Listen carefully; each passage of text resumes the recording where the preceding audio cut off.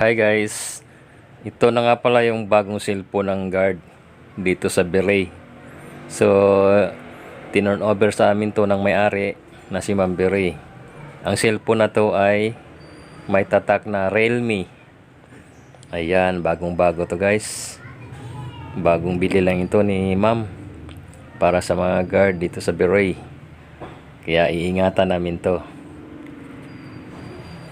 Ito yung kapalit na cellphone do sa luma namin ginagamit ng mga guard. Ang tatak nun ay Samsung na CP. So yun ay binalik na do sa may-ari at ito na ngayon ang bago namin ginagamit sa duty.